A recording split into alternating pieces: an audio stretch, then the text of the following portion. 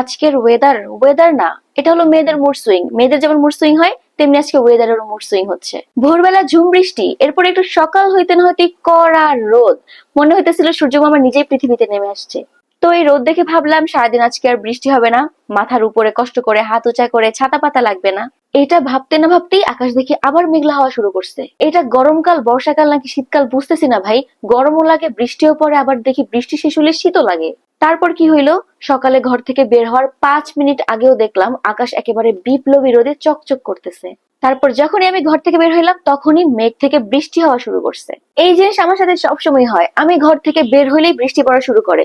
এর আগে মেঘ থাকুক বা কড়া রোদ, আমি ঘর থেকে পা বাড়ালেই বৃষ্টি পড়া শুরু হয়।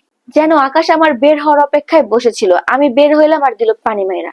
যাই হোক, এরপরে বিকেলে আবার বৃষ্টি। এই বৃষ্টি দেখে এবার মনে হয়েছে আর রোদ উঠবে না, তাই আম্মুকে বললাম একটু খিচুড়ি রান্না করতে। আম্মুও খিচুড়ি রান্নার প্রিপারেশন নিচ্ছিল। এই সুন্দর বৃষ্টিতে একটু খিচুড়ি খাবো ভাবলাম, কিন্তু খিচুড়ি রান্নার প্রিপারেশন নিতে নিতে বৃষ্টি শেষ, আবার বিপ্লবী চকচকে রোদ। তো এটাই, মেয়ে মানুষের যেমন মুড সুইং হয় তেমনি আজকে ওয়েদারেরও মুড সুইং হচ্ছে।